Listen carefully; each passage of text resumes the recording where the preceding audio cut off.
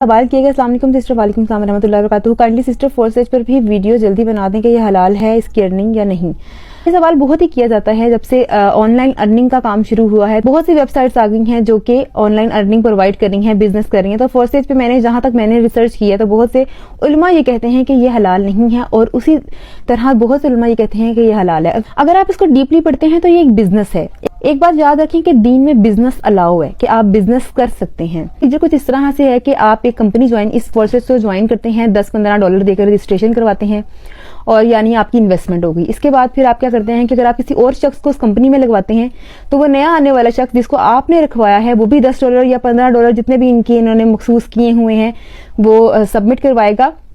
उसमें से हाफ जो है वो आपको मिल जाएगा। ये मतलब एक प्रॉफिट हो जाता है।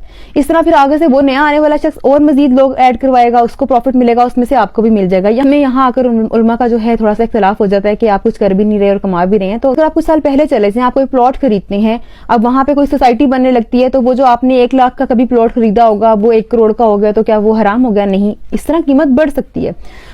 इसकी कुछ ऐसी आगे टाइप्स आ जाती हैं जो नापसंदीदा हैं। इसमें हराम का कोई काम नहीं है। हराम तो तब होता है ना जब इसमें सूद होता है। जब सूद ही नहीं है तो हराम कैसे होगा?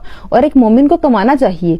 अगर दुनिया ऑनलाइन अर्निंग कर रही है तो हमें भी करनी चाहिए ताकि हम भी मजबूत हों। आपको ये बहुत डीपली पढ़ना होगा कि दुनिया जिस तरह से बिजनेस कर रही है, अगर उसमें कोई मुजाहिका नहीं है, वो बुरा बिजनेस नहीं है, तो आप उसको करें, बल्कि ज्वाइन करना चाहिए। और आप खुद देखें, जब आप ज्वाइन कर लेते हैं तो आप बिजनेस इन्वेस्टमेंट करते हैं और दूसरों को लगवाते हैं तो आप फायदा ले सकते हैं।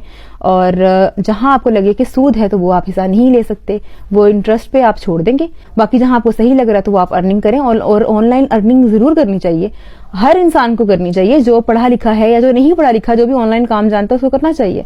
अपने आप को मजबूत करें, अपने दीन को मजबूत करें, क्योंकि जब आप कमाएंगे तो यकीनन आप फिर अपने भाई को भी देंगे और गरीबों को भी देंगे। इस तरह से फिर जो है मुसलमान भी इंशाल्लाह पावर में आ जाएंगे। पैसा तो मुसलमानों के पास बहुत है, लेकिन उनके पास ज्यादा है जिनके पास नहीं होना चाहिए।